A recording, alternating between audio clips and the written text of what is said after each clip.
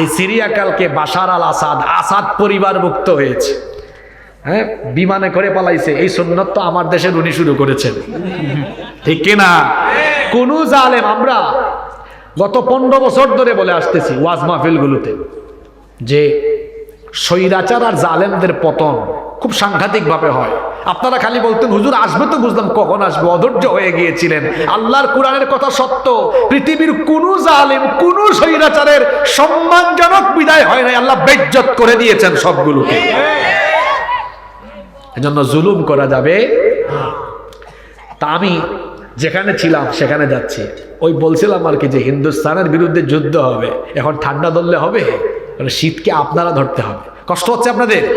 তাইলে আমাদের প্রতি এটা বললাম, টেস্ট করলাম আর কি, আমরা টাকা এলাম তাই টেস্ট। তারপরে যদি দেখি আপনাদের মনোযোগ ভালো তো সময় বাড়বে, যদি মনোযোগ কম দেখি আমিও কমাই দেবো আর কি, অবস্থা বুঝে ব্যবস্থা হবে ইনশাআল্লাহ। তাহলে আমার ভাইয়েরা, আমি আপনাদের পা ধরে অনুরোধ করে যাচ্ছি, আমার মা বোন, আজকে মহিলা প্যান্ডেল আছে, আমি মা বোনদের পা ধরে অনুরোধ করছি, আপনাদেরকে অনুরোধ করছি, দয়া করে কোরআন শিখুন। আমি এই মসজিদের সম্মানিত কমিটির দায়িত্বশীল বৃন্দকে অনুরোধ করে যাব, আপনারা এই মসজিদের সম্মানিত ইমাম এবং খতিব সাহেবকে দিয়ে একটি বিশুদ্ধ কোরআন শিক্ষা সেন্টার চালু করুন। আলহামদুলিল্লাহ, আমি খুশি হই, কিন্তু আমি চাইবো না ফ্রি না। মনে রাখবেন, বাঙালি ফ্রি জিনিসের দিকে দৌড়ায়, আর যেটা ফ্রি ওইটা মানুষ মূল্যায়ন করে শিখে না। আপনারা মাসে 1000 টাকা ফিস নেবেন, কমপক্ষে 1000 টাকা। কোমা কোরআন শিখবে 1000 টাকা দিবে না, তার ছেলে মেয়ে ইংরেজি শিখবে 5000 টাকা দিলে। আমি শেষ করি আব্বাজান। আচ্ছা বলেন আব্বাজান, এই যে ইংরেজি, গণিত, ফিজিক্স, কেমিস্ট্রি, ম্যাথমেটিক্স, এই বইগুলার দাম বেশি, সম্মান বেশি, মর্যাদা বেশি না কোরআনের বেশি? তো যদি কোরআনের সম্মান মর্যাদা বেশি হয়, তো ইংরেজি, ম্যাথ, ফিজিক্স, কেমিস্ট্রির শিক্ষকের মর্যাদা বেশি হবে না কোরআনের মর্যাদা বেশি হবে? আমার দেশের মানুষরা হুজুরদেরকে ধনী দেখতে চায় না। দেখবেন সরকারি বিভিন্ন খরচের খাতে দেখবেন আপ্যায়ন খরচ 2000 টাকা, যাতায়াত খরচ 5000 টাকা, হুজুর দিয়ে মিলাদ খরচ 200 টাকা। ঠিক আছে কথা? আপনাদের কথা বাদ দিলাম, আমাদের দেশের হুজুররাও হিংসুক, হুজুরও চায় না আরেক হুজুরের টাকা হোক। আর বাংলাদেশের সব, আমি আবার একটু ঠুটকাটা স্বভাবের মানুষ, মানে আমি খুব স্ট্রেইট ফরওয়ার্ড, যেটা বলি চোখের দিকে তাকাই তাকাই বলি একদম। আমার দেশে হিংসুকের জাত হলো সবচেয়ে বেশি হিংসুক হুজুর জাতি, এবং এরা এত হিংসুক, আপনি আওয়ামী লীগ আর বিএনপির মানুষকে আগামীকাল সকালে এক টেবিলে চেষ্টা করলে বসাইতে পারবেন, কিন্তু দুই দলের হুজুরকে পাল্লায় ব্যাং যেমন একসাথে রাখা কঠিন, হুজুরদেরকে এক টেবিলে বসানো তেমন কঠিন। কষ্ট পেয়েছেন আমার কথা, তাই না? এটা কেন জানেন? এই যে এই জায়গাটা এটা চিপা চাপা সংকীর্ণ, এটাকে উদার করে দেন। সবাইকে ভালোবাসতে শিখুন। কওমিতে যিনি পড়েন, আলিয়াতে যিনি পড়েন, যিনি জামাত, যিনি হেফাজত, যিনি খেলাফত, যিনি খেলাফত আন্দোলন, জমিয়ত, যে যেখানে আছেন সব আমার ভাই। সুবহানাল্লাহ, সব আমার। এটাকে বড় করে দেন, দিলটাকে বড় করে, তাহলেই আমরা একত্রিত হতে পারবো ইনশাআল্লাহ। কই জেলখানায় তো সাইদি সাহেবকেও রাখলো, আমির হামজাকেও রাখলো, মাওলানা মামুনুল হক সাহেবকেও রাখলো, নাকি বলছে না আপনি কমি আর আপনি থাকেন। জেলখানায় কিন্তু কওমি, আলিয়া, হেফাজত, জামাত সবগুলারে একসাথে রাখে নাই?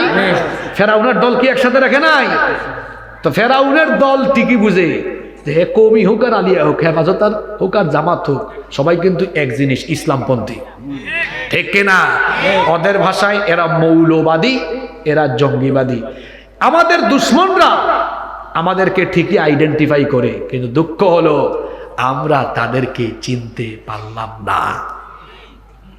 আল্লাহ আমাদেরকে বুঝার তৌফিক দেন।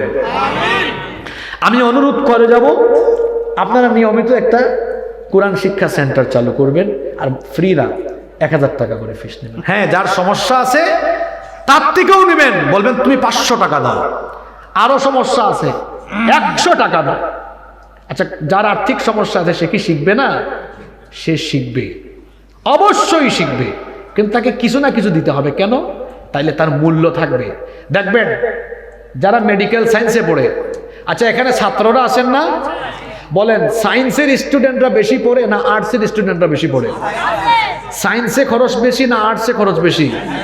ও বেশি খরচ করে মাথায় থাকে, ভালো করে পড়তে হবে, ওগুলো উঠেই ফেলতে হবে আবার।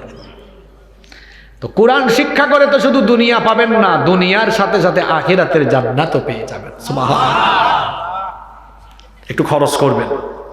যেমন আমার নিজের একটা ভার্চুয়াল বিরাট প্রতিষ্ঠান আছে, IIED, institute of Islamic education and development. সেখানে জেনারেল ব্যাকগ্রাউন্ডের এদের জন্য দিন শিক্ষার বিভিন্ন ধরনের শর্ট টাইম এবং লং টাইমের কোর্স আছে, ডিপ্লোমাও আছে, diploma in Islamic studies course আছে। সেখানে প্রায় 26টা কোর্সের সাবজেক্টের সমন্বয়ে একটা ডিপ্লোমা কোর্স, যেটাকে আমরা বলি আলিমিয়া কোর্স, আলেম বা আলেমা কোর্স। তো সেটার অনলাইন প্ল্যাটফর্মে আমাদের ক্লাস চলে, সেখানে অনেক ফি দিয়ে পড়াশোনা করতে হয়। আবার যারা আর্থিকভাবে সমস্যাগ্রস্ত তারেও আমরা ছাড় দিই না, আমি বলি আপনার সামর্থ্য অনুযায়ী দিবেন, দিয়ে দিয়ে পড়তে হবে, তখন পড়ার মূল্যায়ন থাকে। আমি এটা অভিজ্ঞতা নিয়ে বলতেছি, আমি একবার 1000 জনকে ফ্রি দিয়েছিলাম। কয় হাজার জনকে? 1000 জনকে। এইটা আপনারা অনেক দূরে, তো এই যে হুজুর আমার পাশে আছেন, দেখি 1000 থেকে কমতে কমতে এখন কইমা কত হয়েছে আপনাদেরকে দেখাই। মানে আপনাদেরকে একেবারে বাস্তব জিনিসটা আজকে দেখায়া যায়। কত দেখেন তো ভাই? 646 মেম্বার ছিল, কিন্তু 1000। সব কি টাকা না ফ্রি? সব ফ্রি। প্রথম দিন ক্লাসে এসছে 1000-এর থেকে 300। এক সপ্তাহ পরে ক্লাসে পাওয়া গেছে 10 জন। কয়জন? আর যারা ফি দিয়ে পড়ে, প্রত্যেকটা সেকশনে 18 জন থাকে। 18 শুরুর দিন থাকে, সার্টিফিকেট পাওয়ার দিনও 18 জন থাকে। আপনি কি মনে করছেন আমি যে কথাগুলো বলছি এগুলো পরীক্ষা না করে বলেছি? দীর্ঘ কয়েক বছরের প্রতিষ্ঠান পরিচালনার অভিজ্ঞতা থেকে এই কথা শেয়ার করে গিয়েছি। এজন্য আমার ভাইকে অনুরোধ করে গিয়েছি, ফি দিয়ে পড়াবেন। হ্যাঁ, যার সমস্যা আছে ও দিবে, 50 টাকা দিবে। এরপর এই টাকাটা দিয়ে কি করবেন? ইমাম সাহেব বা শিক্ষক যারা ছিলেন তাদের সম্মানে দিবেন, পাশাপাশি মসজিদ থেকে উন্নয়নমূলক কিছু কাজও আপনারা করতে পারেন। যাদের থেকে ফি নিবেন তাদেরকে বলবে, যেমন আমার প্রতিষ্ঠান অলাভজনক, এখান থেকে আমার শিক্ষকদের বেতন আমি প্রায় 2-2.5 লক্ষ টাকা এখান থেকে দিয়ে বাদবাকি টাকা, যেহেতু আমাদের এই প্রতিষ্ঠানের শেষে ডেভেলপমেন্ট শব্দটা উল্লেখ আছে, আমরা সামাজিক উন্নয়নমূলক কাজে অবদান রাখি। আলহামদুলিল্লাহ। তো আপনি এভাবে রাখেন, যেমন আমরা আমাদের প্রতিষ্ঠান চালাতে গিয়ে, এটা অনলাইন তো, আর বাংলাদেশের সব হলো ফেসবুক মুজাহিদ, তো অনেকে দেখা যায় মন্তব্য করে, এখানেও কোরআন দিয়ে আপনারা ব্যবসা শুরু করলেন, অত ব্যাকল, অত বুঝে না, আর আমাদেরও অত সময় নাই তার ওইটা দেখা বা রিপ্লাই করা। কারণ কাজের মানুষ কাজ করে আর অকর্মা পিছনে পিছনে ঘুরে। কথা বুঝতে পেরেছেন? ও আমার প্ল্যান বুঝে না। আমি চাই কোরআনের শিক্ষা থেকে পিছিয়ে পড়া একটা প্রজন্মের দুয়ারে দুয়ারে কোরআনের শিক্ষাকে পৌঁছে দেওয়া। ও এটা বুঝে না, ওর মাথায় এটা নাই। আমি অনুরোধ করে গেলাম এই এলাকায় যেন একটা কোরআন প্রশিক্ষণ কেন্দ্র চালু করা হয়। ইনশাআল্লাহ আল্লাহ কবুল করেন। কষ্ট হচ্ছে আপনাদের, তাই না? পরবর্তী পয়েন্টগুলো অনেক সুন্দর, আপনারা সময় দিবেন আমাকে। নাম্বার 3, আমাদের প্রতি কোরআনের 3 নাম্বার দাবি হলো, আমরা বিশুদ্ধ করে কোরআন শিখে ফেললাম, এরপরে দায়িত্ব হলো বেশি বেশি কোরআন তিলাওয়াত করা এবং কোরআন শোনা। সুবহানাল্লাহ। আপনার মন খারাপ হয়ে গিয়েছে, ঋণের টেনশন, বিভিন্ন দুশ্চিন্তা, পরিবারের টেনশন, চাকরির টেনশন, ইনকামের টেনশন, কত ধরনের টেনশন। বিশ্বাস করেন, প্রতিদিন যদি আপনারা কোরআন তেলাওয়াতের আমল করতে পারেন, দেখবেন হৃদয়ে আল্লাহর তরফ থেকে এক ধরনের প্রশান্তি নেমে এসেছে। সব জিনিস কম থাকলেও দেখবেন হৃদয়ের মধ্যে শান্তি আছে, কারণ শান্তি দেওয়ার মালিক যিনি, গলার আওয়াজ বড় করে সবাই বলেন তিনি কি? وَإِذَا تُلِيَتْ عَلَيْهِمْ آيَاتُهُ زَادَتْهُمْ إِيمَانًا। কোরআনের তেলাওয়াত করা হলে পরে মানুষের ঈমান বাড়ে। এটা মোল্লার কথা নয়, কথাটা কার? আপনার ঈমান তরতাজা হবে, ব্যাটারিটা লোডেড হবে, ব্যাটারি ফুলফিল হবে, ব্যাটারি ফিউজ হবে না। ঘরে বাড়িতে বেশি কোরআন তেলাওয়াত করবেন। আল্লাহর নবী বলেছেন, লা তাজালু বুয়ুতাকুম মাকাবির, তোমরা তোমাদের ঘরকে কবর বানিয়ে ফেলো না। ঘরের ভেতরে আল্লাযী তুকরাউ ফীহি সূরাতুল বাকারা ইয়ানফিরুশ শাইতানু মিনাল বাইত। আল্লাহর নবী বলেছেন, যে ঘরের মধ্যে সূরা বাকারা তেলাওয়াত হয় ওই ঘরের মধ্যে শয়তান থাকতে পারে না। কোরআনের তেলাওয়াত শুনে ঘর থেকে শয়তান পালিয়ে যায়। তাহলে হাদিস থেকে বোঝা গেল, যার বাড়িতে কোরআনের তেলাওয়াত যত বেশি ওই বাড়িতে আল্লাহর রহমত আর বরকত কম না বেশি? যার বাড়িতে কোরআনের তেলাওয়াত কম ওই বাড়িতে শয়তানের আড্ডাখানা, শয়তানের তামাশা কম না বেশি? তা আমরা আমাদের বাড়িতে রহমত আর বরকত চাই কি চাই না? এই জন্য প্রতিদিন বাড়িতে আমরা কোরআন পড়ব ইনশাআল্লাহ। পড়বেন নাকি এমনি এমনি বললেন? সবাই পড়তে পারবেন তো? আল্লাহ সবাইকে তৌফিক দেন। তারপরে 4 নাম্বার দাবি হলো, কোরআন আপনি শিখলেন, শিখার পরে আপনি অন্যকে কোরআন শেখাবেন। বিশেষ করে আপনার অধীনস্থ যারা আছে তাদেরকে কোরআন শেখানো, এটা আপনার দায়িত্ব। যেমন আপনার স্ত্রী কোরআন না জানলে তাকে আপনি কোরআন শেখানোর ব্যবস্থা করবেন। আপনার সন্তান, আপনার ছেলে মেয়েকে কোরআনের শিক্ষা দেওয়া, এটা বাবা হিসাবে, মা হিসাবে আপনার দায়িত্ব। আহারে, আমরা অনেক পিতামাতা আছি এই জায়গায় ব্যর্থতার পরিচয় দেই। আমরা আমাদের সন্তানদেরকে ইংলিশ মিডিয়ামে পড়াই, অসুবিধা নাই, ইংলিশ মিডিয়ামে বাচ্চাদেরকে পড়ানো দরকার, আমি আপত্তি করি না। ভালো স্কুলে ভালো মাদ্রাসায় পড়ায় কোনো অসুবিধা নাই, কিন্তু সবার আগে বাচ্চাকে আপনি কোরআন শেখাবেন। অ আ ক খ ABCD বাচ্চা শিখবে পরে, আপনার বাচ্চাকে আলিফ বা তা সা শিখাতে হবে সবার আগে। সন্তানকে কোরআন শিখান।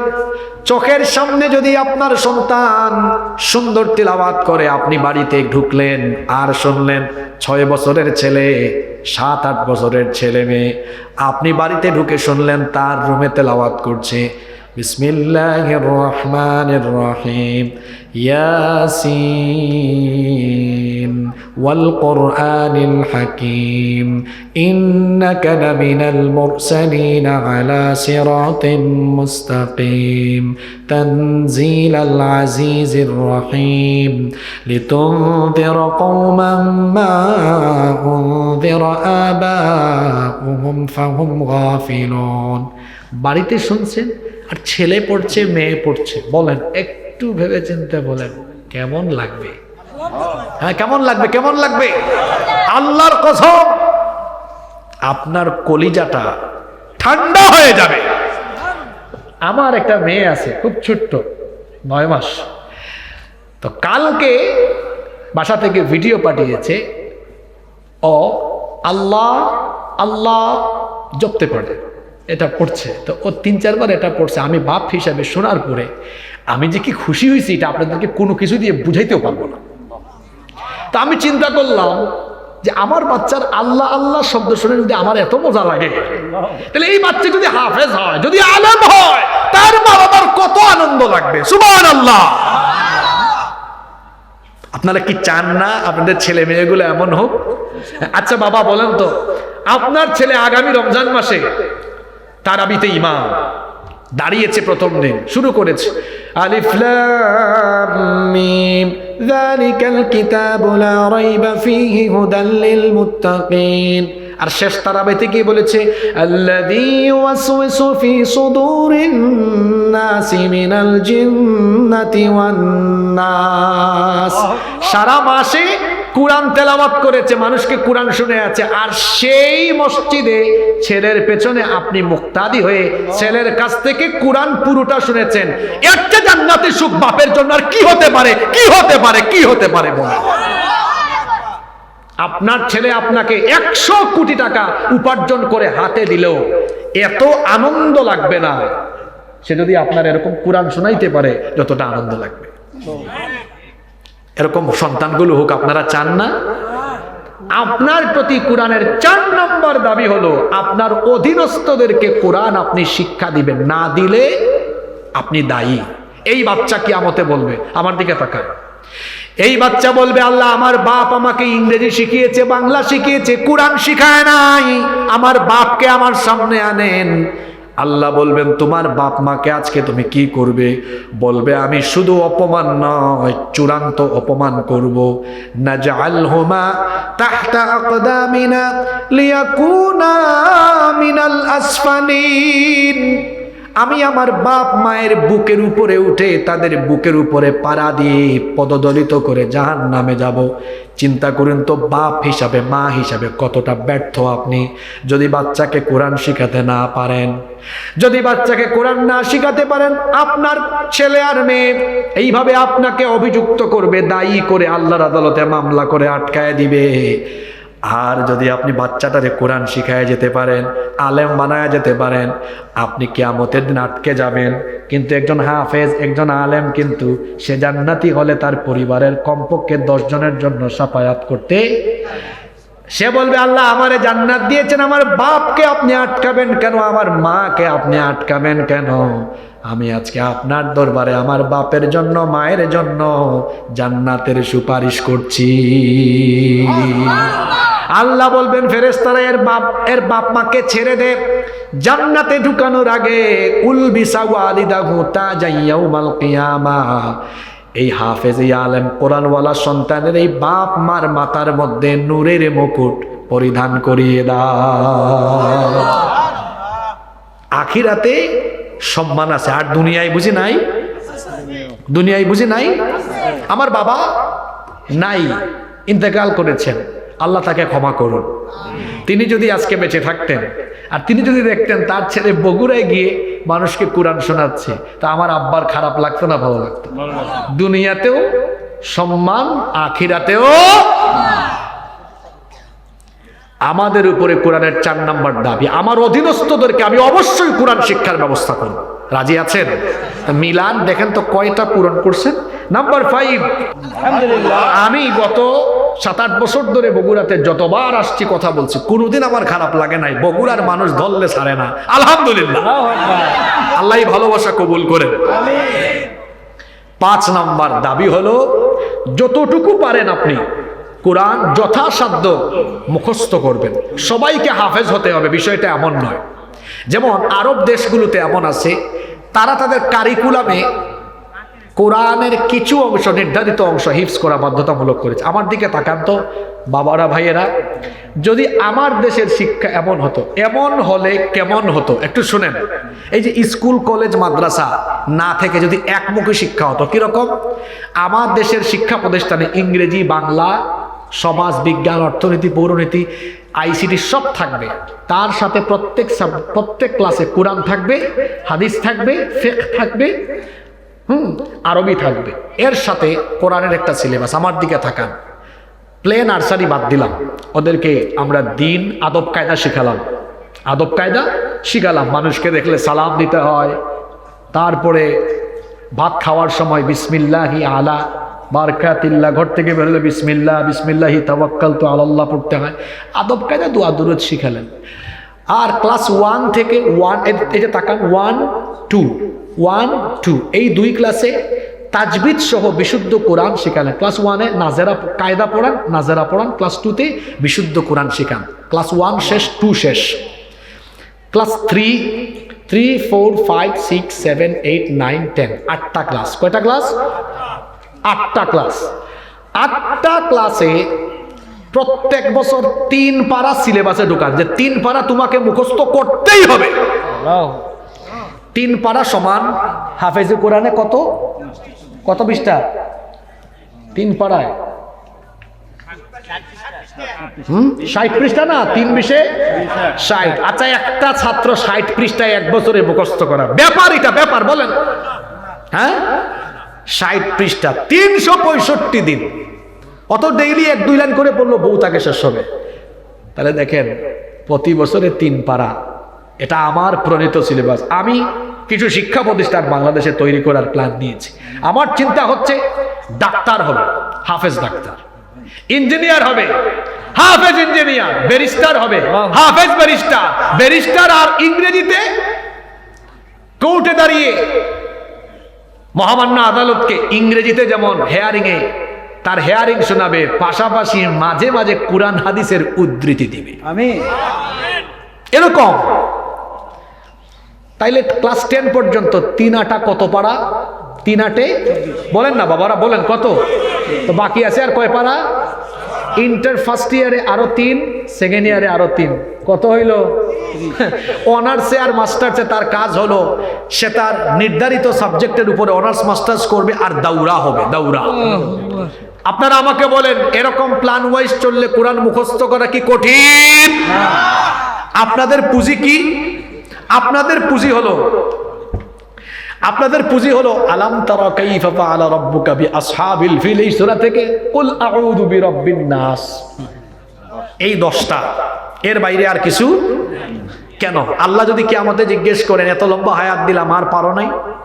কুরআন মুখস্থ করার কৌশল আপনাদেরকে দিই। আপনারা তো ছাত্র না, আমরা এরকম প্রতিষ্ঠান, আপনারা দোয়া করবেন আমরা যেন করতে পারি। আল্লাহ আমাদেরকে তৌফিক দেন। আমিন। এটা তো করলে এই সুযোগ জেন জির ছেলেরাও পাবে না, এটা আলফা জেনারেশন ভোগ করবে। সামনে যে জেনারেশন আসবে, আপনারা দোয়া করবেন ওই জেনারেশনকে আমরা যেন এভাবে গড়ে তুলতে পারি। আপনারা কি করবেন? আপনাদের জন্য একটা সিলেবাস আমার আছে। সিলেবাসটা হলো এই, যার মেধা যেমন আমি স্কুলে পড়তাম, আমার বাবা আমাকে, আমার 14 গোষ্ঠীতে কোনো আলেম নাই, আমার বাবা আমাকে স্কুল থেকে ধরে মাদ্রাসায় দিয়েছেন। আমি স্কুল পড়ুয়া, মাদ্রাসা পড়ুয়া, আমি আলহামদুলিল্লাহ স্কুলেও পড়েছি, মাদ্রাসা থেকে সর্বোচ্চ ডিগ্রি নিয়েছি, বিশ্ববিদ্যালয় থেকেও সর্বোচ্চ ডিগ্রি নিয়েছি, সব জায়গায় পড়াশোনার সুযোগ আমার হয়েছে। তো আমি হাফেজ হতে পারিনি, কিন্তু আলহামদুলিল্লাহ এখন আমি কোরআনে কারীম পড়তে নিজেই হাফেজ হওয়ার পথে আছি আলহামদুলিল্লাহ। কিভাবে পারবেন? এটা অনেক সহজ। এক আয়াত শিখেন না, আরে এক আয়াত করে শিখলেও তো 6000, যদি 6200 ইখতিলাফ আছে, তো 6236, 6666, 6000-এর উপরে ইখতিলাফ আছে। আমি ইখতিলাফ বাদ দিয়ে যদি ধরি 6000-এর উপরে, তো 6 বা 6500 দিন, কয়েক বছর তো লাগে। দেখেন কোরআন শিখা কত সহজ। একটা আয়াত ধরেন, সূরা নাবা 30 পারার প্রথম সূরা, আজকে এক আয়াত পড়েন, আম্মা ইয়াতাসাআলুন, 2 শব্দের এক আয়াত মুখস্থ করেন, সারাদিন এটা পড়েন, এক হরফ পড়লেই তো 10 নেকি, সুবহানাল্লাহ।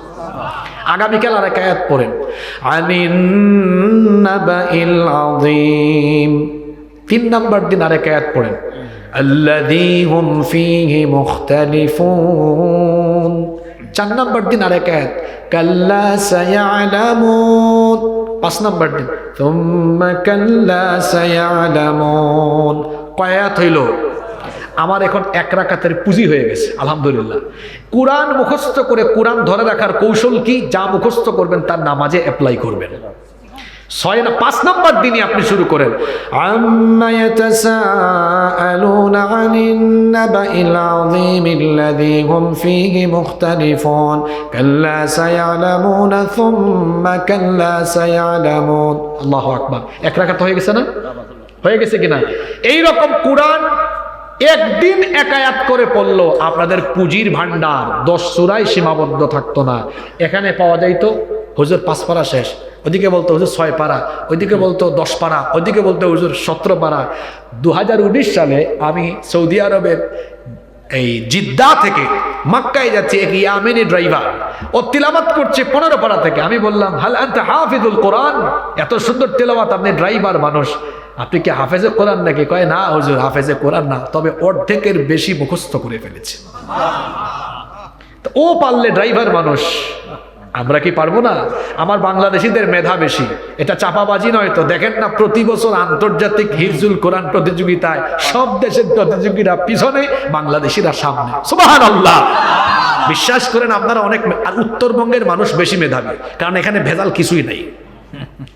যে শাকসবজি আর যে পরিমাণ, আপনাদের এলাকার সবকিছু মজা জানেন, আপনাদের গরুর গোশত মজা হবে না কেন? মজা বলেন। আপনারা এটা ধান খাওয়াইয়া, ধান খেতে জবাই দাও, ওইখানে মনে রান্না করে। শাকসবজিগুলো তরতাজা, এজন্য চেহারা, এই দেখেন আবার ডানে বামে যারা বসছেন, চেহারা তেল আপনাদের, সুন্দর চেহারা, এই যে খান ভালো। আমার চাচাদের বয়স, আমি উত্তরবঙ্গে ওই যে কোথায় জানি না, দাঁড়ান আমি বলতেছি, পঞ্চগড়ের পাশে কি ঠাকুরগাঁও, ঠাকুরগাঁওয়ে 100 বছরের উপরে এক চাচা আমার কাছে এসে বলতেছেন, আমি একটা কবিতা লিখছি, পড়েন তো। তাই আমি কবিতার ওই খাতা ওইটা হাতে নিয়ে বললাম, চাচা বয়স কত? কই বিশ্বাস করবেন না ভাই, 100-র উপরে আছে। আল্লাহ, ফিজিক্যাল ফিটনেস। আর এখন দেখেন না, এই জেনজির ছেলেরা 18-19 বছরের বয়স, তার গালের দুই পাশের এই যে মাংস, এগুলো হাড্ডির চিপার ভিতরে ঢুকে গেছে। এমনি ফার্মের মুরগির মতো জিমাই জিমাই হাঁটে। কেন জানেন? ও রাত 3টা-4টা পর্যন্ত মোবাইলে তাহাজ্জুদ পড়ে। ওর ঘুম ঠিক নাই, ওর যৌবন নষ্ট হয় বিভিন্ন আবুল তাবুল জায়গায়। আর যার ঘুম ঠিক নাই, ওর কিচ্ছু ঠিক নাই। আমার তো মনে হয় কুস্তিতে লাগাই দিলে 80 বছরের চাচার সাথে 20 বছরের ছেলেটা পারবে না। কেন পারবে না জানেন? এর সবকিছু ফিউজ হয়ে গেছে, চাচার কিছুই ফিউজ হয় না এখনো। কথা বুঝেন নাই আপনারা? অত ফিউজ মাল কিছুই নাই তা। যুবক ভাইদেরকে বলছি, মোবাইলের ব্যবহার করেন, অপব্যবহার করা যাবে। আজকে যুবকদের চরিত্র নষ্ট করার আকর্ষণীয় উপাদানের নাম হলো এই মোবাইল ফোন। হারাম রিলেশন করে গার্লফ্রেন্ড বানিয়ে ফেলেছে এই বয়সে। চিন্তা করেছেন? বিবাহ বহির্ভূত সকল ধরনের সম্পর্ক হারাম করে দিয়েছেন কে? যে ছেলে মেয়েদের পিছনে ঘুরঘুর করে, ও একটা ইতর। মেয়েদের পিছনে তুমি কেন ঘুরঘুর করবা? নিজেকে এমন যোগ্যতায় নিয়ে যাও যেন সুন্দরী সুন্দরী মেয়ের বাপ তোমার পিছে ঘুরে, তার মেয়ে বিয়ে দেওয়ার জন্য। চরিত্র সুন্দর বানাও, কেরিয়ার সুন্দর বানাও। আল্লাহ বুঝার তৌফিক দেন। তাহলে কোরআন শিখার কৌশল বলে দিয়ে গেলাম, পারবেন তো ইনশাআল্লাহ? এটা আমাদের প্রতি কোরআনের কয় নাম্বার হক? 5। এটা আমরা 9টা বলবো না, 6 নম্বরে চলে আসছে। 6 তো 6 বলা লাগে, একটা রিভিশন মেরে দিই। 1 নাম্বার হক হলো কোরআনের উপরে পূর্ণাঙ্গ কি আনা। 2 নাম্বার বিশুদ্ধ কোরআন শিখা। 3 নাম্বার অধীনস্থদেরকে কোরআন শেখানো। 4 নাম্বার বেশি বেশি কোরআন পড়া এবং শোনা। 5 যথাসাধ্য কোরআন মুখস্থ করা। 6 সবচেয়ে গুরুত্বপূর্ণ এটা। 6 হলো কোরআন অনুযায়ী আমল করা। কোরআন অনুযায়ী কি করা? আমাদের দেশে বহু মুসলমান আছে, কোরআনের সাথে তাদের জীবনের কোনো মিল নাই। কোরআনে আছে সুদ খায়ও না, সে সুদ খায়। কোরআনে আছে ঘুষ খায়ও না, সে ঘুষ খায়। কোরআনে আছে হারাম উপার্জন করো না, সে হারাম খায়। তাহলে কোরআনে আছে একটা, আর তার জীবনে করে আর একটা। এমনটা হওয়ার কারণ হলো এই ব্যক্তি কোরআন পড়লেও কোরআন বুঝে কোরআন অনুযায়ী আমল করে না। যেই ব্যক্তি কোরআন তেলাওয়াত করে কিন্তু আমল করে না, সেই ব্যক্তি হলো এমন, সেই ব্যক্তি হলো স্বাদহীন কোনো ফলের মতো। এই ব্যক্তির জীবন হলো এমন, এই ব্যক্তির জীবনটা হলো নিফাকিতে ভরপুর। আল্লাহ নবী বলেছেন, কোরআন এমনভাবে পড়ো যাতে, কোরআন এমনভাবে তুমি পড়ো যাতে জীবনের সাথে তোমার মিল থাকে। আল্লাহ তো কোরআনেও বলেছেন, লিমা তাকুলুনা মা লা তাফআলুন, যেটা বলো সেটা কেন করো না, যেটা বলবেন সেটা করবেন। কোরআন আপনি পড়বেন, সেই অনুযায়ী আপনি আমল করবেন। যে ব্যক্তি কোরআন অনুযায়ী আমল করে, আল্লাহ নবী বলেছেন, মান ক্বালা বিহি সাদাকা, যে কোরআন থেকে বলে সে সত্য বলে। ওয়া মান হাকামা বিহি আদালা, যে কোরআন দিয়ে বিচার করে সে ন্যায় বিচার করে। ওয়া মান হাকাম, এরপরে আল্লাহ নবী বলেছেন, ওয়া মান আমিলা বিহি উজরা, যে কোরআন অনুযায়ী আমল করে তাকে পুরস্কার যিনি দান করেন তিনি কে? সাহাবীরা একবার আমাদের মা আয়েশা রাদিয়াল্লাহু আনহার কাছে গেলেন, গিয়ে বললেন, আমাদেরকে ওয়াজ করেন, নসিহত করেন, নবীজির চরিত্র কেমন কেমন ছিল, আমাদেরকে একটু ওয়াজ করেন। তিনি বললেন, ওয়াজ করার দরকার নাই, বাড়ি চলে যাও, তোমাদের বাড়ি থেকে কোরআন নাই। কানা খুলুকুহুল কোরআন, বাড়ি গিয়ে কোরআন পড়ো, কারণ এই কোরআন যেমন আমার নবীর চরিত্র হলো তেমন।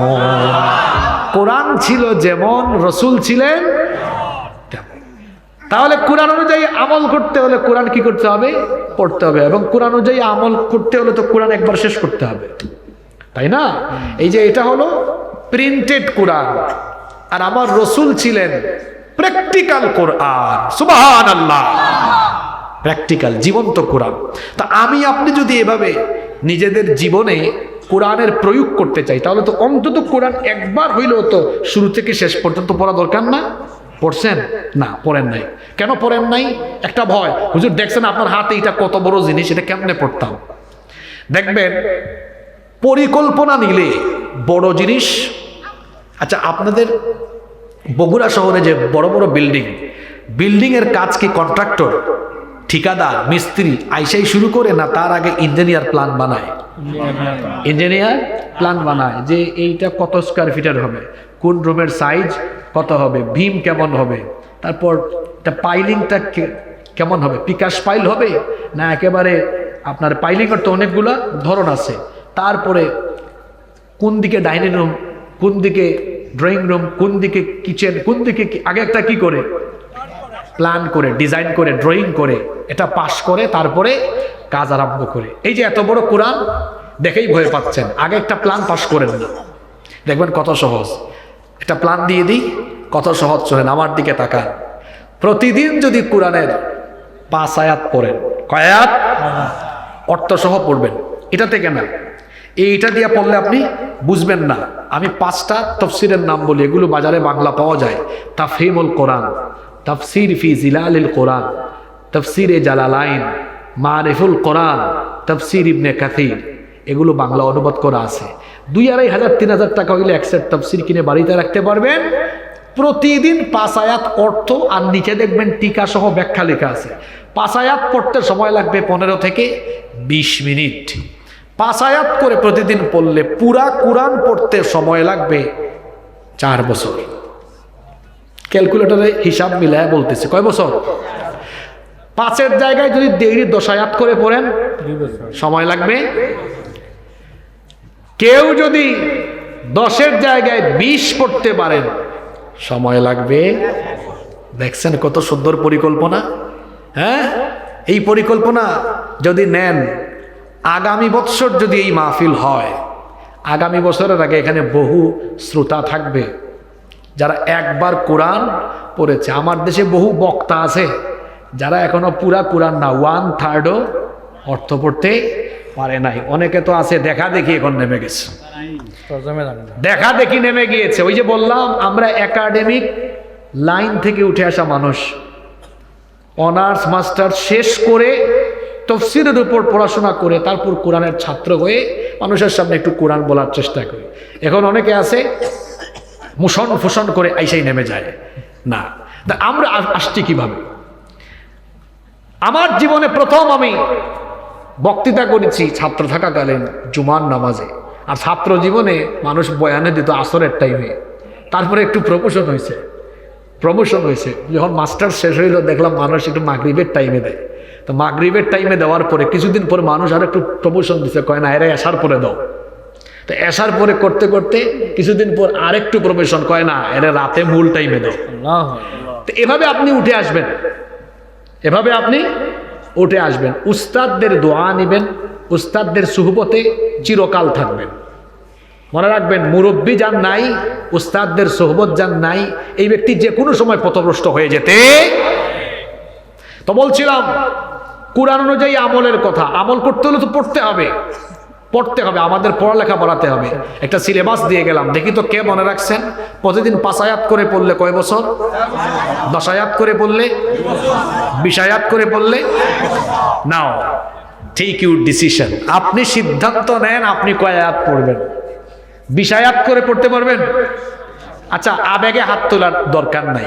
দেখি তো 20 আয়াত পড়তে পারবেন, সিদ্ধান্ত নিতে পারবেন এমন কয়জন আছেন? আবেগে তুলিয়েন না। আচ্ছা একজন পাইলাম। 10 আয়াত করে পারবেন? আচ্ছা, আরো কয়েকজন। 5 আয়াত করে? আচ্ছা, আপনাদেরকে শুকরিয়া, আপনারা চুজ করেছেন 5, 10, 20। বাকি যারা আছে হেরা কোন পার্টি? এটা আমারে বলেন, তারা কি 20-এর উপরে? আচ্ছা, আমার মনে হয়, শোনেন, আমি কাউকে লজ্জা দিব না, আমি বুঝতে পেরেছি বাকিরা তিলাওয়াত জানেন না। তো আপনাদের জন্য কি আমাদের পদক্ষেপ নেওয়া উচিত না? এই যে ওনারা পদক্ষেপ নেবেন, আপনারা কোরআন শিখবেন। দেখছেন, আমরা খালি বছরে একদিন চিল্লাইয়া লাফাইয়া গান গাইয়া গজল গাইয়া আর আজান দিয়া মাহফিল শেষ করে চলে গেলে আমার এই ভাইগুলোর কি হবে যারা এখনো কোরআন শিখলো না? কি হবে বলেন? এজন্য আমি ধন্যবাদ জানাচ্ছি আপনাদেরকে, এই যে লক্ষ লক্ষ টাকা খরচ করে আয়োজন করলেন। 1 বছরে আপনারা কোরআন শিক্ষা কেন্দ্র চালাইলে সর্বোচ্চ 50,000 60,000 খরচ হবে। আরে আপনাদের বগুড়ার মানুষ ধনী, এটা একজন দিয়ে দিবে। কোরআন শিক্ষা প্রতিষ্ঠান আছে, কবি মাদ্রাসা আছে এখানে, আছে সরবলি যায় না। কওমি মাদ্রাসায় আছে, কওমি মাদ্রাসা থেকে ঘোষণা করবেন আম জনতার জন্য আছে। আর মাইকিং হয়, মাইকিং হয়। শিক্ষা প্রতিষ্ঠান আর মেয়েরা কি দুষ করলো? মহিলা মাদ্রাসা নাই, মেয়েরা মাদ্রাসা খুলে নতুন হচ্ছে। মেয়েদের শিক্ষা দরকার আরো বেশি। আমাদের ঘরের বউরা মেয়েরা যত বেশি দিন শিখবে আমাদের ঘর তত বেশি জান্নাতি পরিবেশ হবে। সুবহানাল্লাহ। মাদ্রাসা সুলপুররা বাড়ি বাড়ি চা খাওয়া লাগে, মাশাআল্লাহ, এরকম অবস্থা। তবে আজকে থেকে আমার মনে হয় এখানে অনেক সিদ্ধান্ত পাল্টে যাবে। নিয়ে নেওয়া মানুষ তৈরি হয়েছে। আপনারা কোরআন শিখবেন? ইনশাআল্লাহ। কারা কারা শিখবেন দেখি তো? আল্লাহু আকবার, আল্লাহু আকবার। তাই না, গরিব ছাত্রদের জন্য খাওয়া দাওয়া ফ্রি করা না, এইটা এটা সমস্যা। খাওয়া দাওয়া ফ্রি করবেন না, এমন ছেলেবেলা আমি এটার পক্ষে না।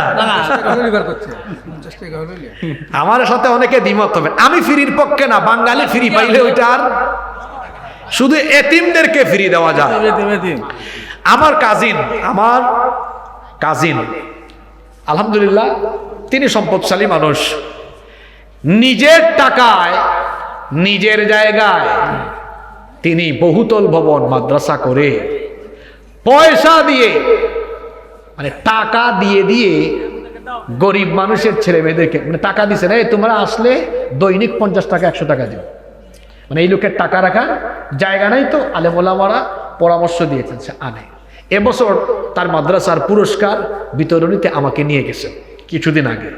নেওয়ার পরে দুঃখ বলতেছেন, ভাই 4টা বছর কোটি টাকা ইনভেস্ট করলাম মানুষের পিছনে, আসে না। তার ড্রেস, তার থাকা খাওয়া সব দেওয়ার পরে আরো পয়সা দেয়, তার মা বাপকে টাকা দেয় 200 টাকা 300 টাকা করে। ওই লোককে আল্লাহ সম্পদ দিয়েছেন অনেক। সে বলে, ভাই করবো টাকা। আমি বললাম, ভাই আমার কথা শুনলে তো আপনি রাগ করবেন। কয় না, রাগ করবো না, বলো, তুমি আমার ছোট ভাই, রক্ত সম্পর্কে মানুষ। আমি বললাম, শুধু এতিমদেরকে ফ্রি দেন, বাদ বাকি সব ফ্রি বন্ধ করে দেন। তিনি বললেন, মানুষ সমালোচনা করবে, কোটিপতি মানুষ 200 টাকা 100 টাকা ফি চায়। আমি বললাম, আরে বাদ দেন, 200 টাকা 100 টাকা ফি দিবে, ওইটা হুজুরদেরকে তো আপনি বেতন দেন, এই বেতনের বাইরে এ টাকা উনাদেরকে বোনাস দিবেন, ওনারা আরো বেশি মনোযোগ দিয়ে পড়াবে। এরপরে যদি বলেন না হুজুররাও বোনাস দেবেন, আমার বেতনে এনাফ, তাহলে এই টাকাটা রাখেন, বছর শেষে ছাত্রদেরকে আবার এই টাকা দিয়ে কিনে পুরস্কার দিবেন, তাও আপনি ফ্রি দিবেন না। গত মাসে আমারে জানাইলেন এক অসাধারণ টেকনিক দিয়ে গিয়েছে। ছাত্র কমছে ঠিক আছে, কিন্তু যারা আছে খুব মনোযোগ। এই কথাটা এমনি এমনি বলি নাই। আমাদের দেশের কওমি মাদ্রাসায় উলামা মাশায়েখ কি খেদমত করতেছেন, এটা অবদান ভোলা যাবে না। আমার দেশের কওমি মাদ্রাসায় অনেক খেদমত হয় ইলমের, এতিম মিসকিনদেরকে পড়াশোনা করানো হয়, এতিম মিসকিনের বাইরে অনেককে ফ্রি পড়তে দেওয়া হয়, ফ্রি পাইয়া অনেকে মূল্যায়ন করেন। এজন্য আমি সকল ঘরানার মাদ্রাসাদেরকে অনুরোধ করব, ফ্রি বন্ধ করে দেন আপনারা। আর ফ্রি বন্ধ করার আরো একটা কারণ আছে, আমরা ফ্রি পড়াই দেখে জেনারেল ব্যাকগ্রাউন্ডের এরা আমাদেরকে দেখলে গালি দেয়, লিল্লা খাওরা। ঠিক আছে কথা? আমি চিন্তা করেছি আপনারা আমার জন্য দোয়া করবেন। আমি এমন একটি প্রতিষ্ঠান তৈরির প্ল্যান নিয়ে আগাচ্ছি, যেখানে পড়তে, ইংলিশ মিডিয়ামে পড়তে যে খরচ তার চেয়ে বেশি ফি এখানে লাগবে, সেই কোয়ালিটির শিক্ষা দেওয়া হবে। এই ছেলেটা অনর্গল ইংরেজিতে কথা বলবে, অনর্গল আরবিতেও কথা বলবে। এরকম প্রতিষ্ঠান তৈরি করেন, দেখবেন বড় লোকের সন্তানরা আসবে, তাহলে বলতে পারেন হুজুর গরিব মানুষ কি দোষ করলো। একটা প্রতিষ্ঠানে সবার ব্যবস্থা রাখবেন, বড় লোকদের ব্যবস্থাও রাখবেন, মিডিয়াম যারা আছেন মধ্যবিত্ত তাদের জন্য রাখবেন, এতিমের ব্যবস্থাও রাখবেন। একদম ফ্রি করা যাবে, ফ্রি করলে অসুবিধা আছে। যাই হোক, এখানে 3 ক্যাটাগরি পাওয়া গেল, 5 আয়াত 10 আয়াত 20 আয়াত। যারা হাত তুলেন নাই তারা কোরআন শিখবেন, তাদের জন্য ব্যবস্থা করে দেওয়া হবে ইনশাআল্লাহ। আপনাদের মনে বেশি কষ্ট হচ্ছে, তাইলে এই যে 6টা হকের কথা বললাম, আমাদের উপর কোরআনের 6টা হক, 7, 8, 9, 3টা আছে আর বাকি 7। দেখেন, আপনি কোরআন শিখলেন, পড়েন, তেলাওয়াত করেন, বুঝলেন, আমল করেন, দায়িত্ব কি শেষ? প্রথম 6টা বলেছি ব্যক্তি পর্যায়ের আমল, এবার 7 থেকে শুরু হবে সামষ্টিক। 7 দায়িত্ব শেষ নয়। কোরআন শিখেছেন, বের হয়ে যেতে হবে, মানুষকে কোরআনের পথে আহ্বান করতে হবে। সুবহানাল্লাহ। ওয়ালতাকুম মিনকুম উম্মাতুন يدعون إلى الخير وأولئك هم المفلحون তোমাদের মধ্যে তোমাদের সমাজে এমন একটা দল থাকবে যেই দল অমুক নেতা অমুক দলের পক্ষে মানুষকে ডাকবে না, তারা মানুষকে ডাকবে কার দিকে? আল্লাহর দিকে ডাকবে, আর বলবে কুরআন অনুযায়ী সৎ কাজের আদেশ অসৎ কাজের নিষেধ এগুলো বাস্তবায়নের জন্য একটি কোরআনিক দল গঠন করে আল্লাহর জমিনে কোরআনের আইন প্রতিষ্ঠার জন্য কাজ করবে যারা, আল্লাহওয়ালা কোরআনওয়ালা মানুষ হলো তারা। এজন্য দেখেন না, কমি মাদ্রাসা হোক আলিয়া মাদ্রাসা হোক, সব পড়ার পরে তারা দল বানায়।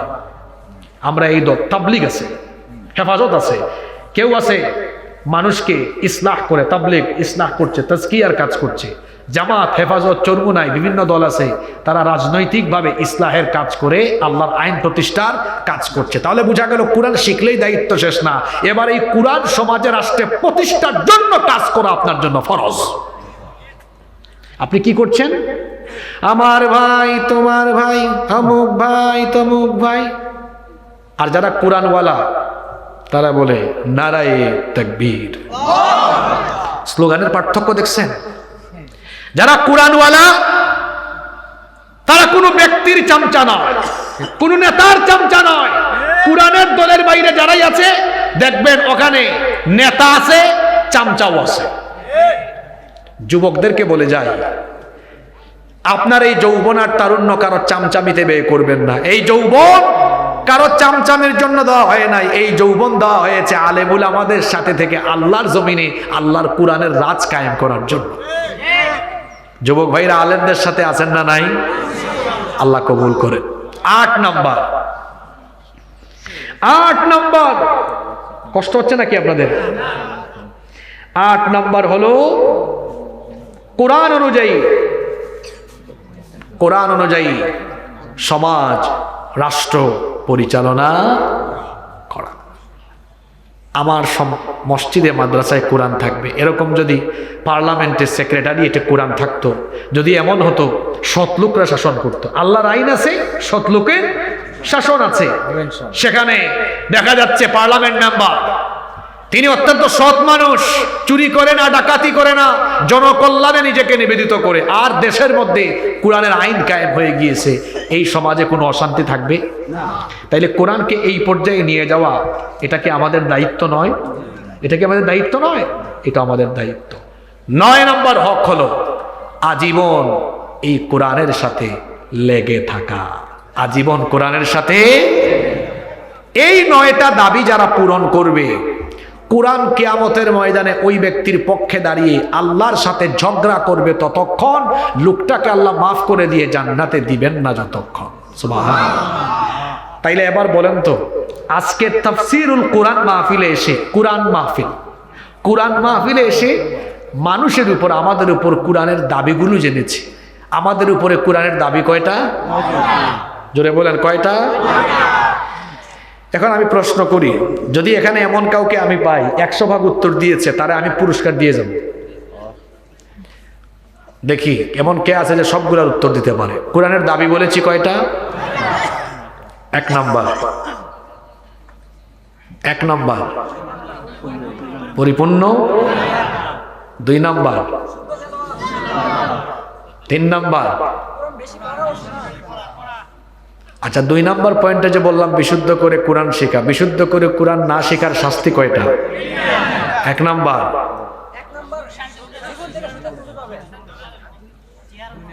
1 নাম্বার নামাজ হবে না, নামাজ বাতিল। 2 নাম্বার রসুলের সুপারিশ। 3 নাম্বার আল্লাহর শাস্তি বরাদ্দ। কয়টা? আরো 3টা। জীবনের সুখ, 2 কবরে শাস্তি, 3 কিয়ামতে কি হয়ে উঠবে? আচ্ছা, এরপরে 3 নাম্বার হকের কথা কি বললাম? অধীনস্থদেরকে কোরআন শেখানো। 4 নাম্বার কোরআন পড়া এবং কোরআন শোনা। 5 নাম্বার কোরআন অনুযায়ী আমল করা। 6 নাম্বার মানুষকে কোরআনের দাওয়াত দেওয়া। 7 নাম্বার মাঝখান দিয়ে একটা ফালায় আসছেন, যথাসাধ্য কোরআন মুখস্থ করা। 8 নাম্বার কোরআনের রাজ কায়েমে চেষ্টা চালানো, 9 নাম্বার কোরআনের সাথে লেগে থাকা। তাহলে এই পয়েন্টগুলো সবাই তো বলতে পারেন নাই, বললে পুরস্কার পাইতেন। যাই হোক, মোটামুটি সামষ্টিকভাবে আমরা বলেছি আলহামদুলিল্লাহ। তাহলে এই 9টা দাবি পূরণে আজকে কি আমরা সবাই সিদ্ধান্ত নিতে পারি? যদি সিদ্ধান্ত নিতে পারি, লক্ষ লক্ষ টাকা খরচ করে আজকের এই আয়োজন সফল হবে, সার্থক হবে ইনশাআল্লাহ। এই 9টি দাবি পূরণের সকল তৌফিক আল্লাহ আমাদের সবাইকে দান করে দেন। খুব ভালো মানুষ, খুব ভদ্র মানুষ আপনারা, মনে থাকবে আপনাদের কথা আমার। কেউ দাঁড়াবেন না, খাবারের শেষ অংশটা খুব মজা, তাই না? এজন্য মানুষ চেটে পুটে খায়। এজন্য শেষ অংশ যেমন মজা, মাহফিলের শেষ অংশ মুনাজাত, এইটাও গুরুত্বপূর্ণ। কারণ এরপরে জীবনে কোনোদিন আর মুনাজাত নাও পেতে পারে। এটা গুনাহ মাফের একটা মাধ্যম হয়ে যেতে পারে। কেউ উঠবো না, দেখি আমাদের মাহফিল কমিটির সম্মানিত সভাপতি সাহেবের কোনো কথা আছে কিনা, যদি থাকে আমরা শুনবো। আর এটা কিতা, এটা তো সিলেটি মাথন ভাল লাগে হয়েছে না, সিলেটি মাত মাতলে আপনারা বুঝবানি। আমরা সিলেটি হল গাজবাতুল হিন্দের জন্য আমরা রেডি। কেন? ওরা বলেছে চট্টগ্রাম, সিলেট আর রংপুর নিয়ে নিবে, আর আমরা সিলেটিরা বলেছি আও আইয়া খালি হামাও, হামাইলে আমরা বাদাম দেবো। কিতা দেবো? এই তো সিলেটি তো বলে ফেললাম আমি। আও আইয়া হামাও, হামাও মানে আসো, এসে ঢুকো, হামাও, হামাইলে বাদে বাদাম দেবো। বাদাম মানে বুঝছেন তো, দিব আল্লাহ খান দেবো। সিলেটিরা কিন্তু খুব সাহসী, কারণ আমরা শাহজালাল রহমতুল্লাহ আলাইহির রুহানি সন্তান। আপনাদের কথা তো বলতেছি, একটু সময় দেন। আপনাদের কথা বলি নাই কেন? কারণ আপনাদের কথা তো বলে নাই এরা। যদি বলতো বগুড়া আমাদের থেকে আরো এগিয়ে, কারণ এখানে তো পীর মাশায়েখ আছে। শুধু পীর মাশায়েখ না, বগুড়া অনেক কারণে বিখ্যাত। বগুড়া অনেক কারণে বিখ্যাত। আর সিলেট হোক আর বগুড়া হোক, আমরা সবাই আমাদের পরিচয়, আমরা বাংলাদেশি, আমরা মুসলমান, আমরা এক দেশের নাগরিক, আর আমরা এক মা বাপের সন্তান, ঠিক না? আল্লাহ আমাদেরকে কবুল করেন। তো সিলেটি মাথনটা যাইজন হুনাই লিছি, আইয়া হামাইলে বাদাম দেব, কিতা দেব? এতক্ষণ যে বললাম এগুলো গজল না? আল কোরআনের পথ, এই পথই আসল পথ, অন্য পথে অন্য মতে নেই যে রহমত। আল কোরআনের পথ, এই পথই আসল পথ, আল কোরআনের আলোয় যার জীবন আলোকিত, সে চির বিপ্লবী নয় কখনো ভীত, তার বুকেতে শুধুই খোদার অথই মুহাব্বাত, অথই মুহাব্বাত। আল কোরআনের পথ, এই পথই আসল পথ, অন্য পথে অন্য মতে নেই যে রহমত। আল কোরআনের পথ, এই পথই আসল পথ। আল্লাহ আমাদেরকে এই পথে কবুল করেন। আপনাদের কোনো কথা আছে? তাহলে অনুমতি যদি দেন আমি মোনাজাত করে ফেলি। আল্লাহুম্মা আমিন। আল্লাহুম্মা আমিন। আলহামদুলিল্লাহি রাব্বিল আলামিন, ওয়াসসালাতু ওয়াসসালামু আলা আশরাফিল আম্বিয়াই ওয়াল মুরসালিন।